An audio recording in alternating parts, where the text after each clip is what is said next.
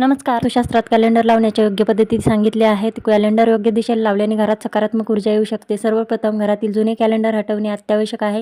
वास्तुशास्त्रानुसार जुने कॅलेंडर भिंतीवर तसेच टांगत ठेवणे ही चांगली गोष्ट नाही. यामुळे आयुष्यात येणाऱ्या शुभ गोष्टी घडण्याची शक्यता कमी असल्याचे सांगितले जाते. तसेच नवीन वर्षात नवीन गोष्टी करण्यासाठी ऊर्जा मिळत नाही. यामुळे जुन्या वर्षाचे कॅलेंडर घरात ठेवू नये. त्यामुळे वर्ष बदलते तसे कॅलेंडरही बदलायला हवे असा सल्ला वास्तुशास्त्रात दिला जातो. अनेकदा आपण आपल्या घरामध्ये कॅलेंडर ज्या ठिकाणी जागा रिकामी दिसली त्या ठिकाणी पटकन लावून देतो. जुन्या कॅलेंडरच्या वर कधीही नवीन कॅलेंडर ठेवू नये. असे केल्याने घरात नकारात्मक ऊर्जाचा संचार सुरू होतो. दुसरीकडे जर कॅलेंडर फाटले असेल तर ते ताबडतोब घराबाहेर टाकून द्यावे. वास्तुशास्त्रानुसार घरामध्ये कॅलेंडर नेहमी पूर्व, पश्चिम आणि उत्तर दिशेला ठेवावे. कॅलेंडर पूर्व दिशेला ठेवल्याने जीवनात सुख समृद्धी येते. दुसरीकडे पश्चिमेकडील कॅलेंडर आवश्यक कामांना गती देते.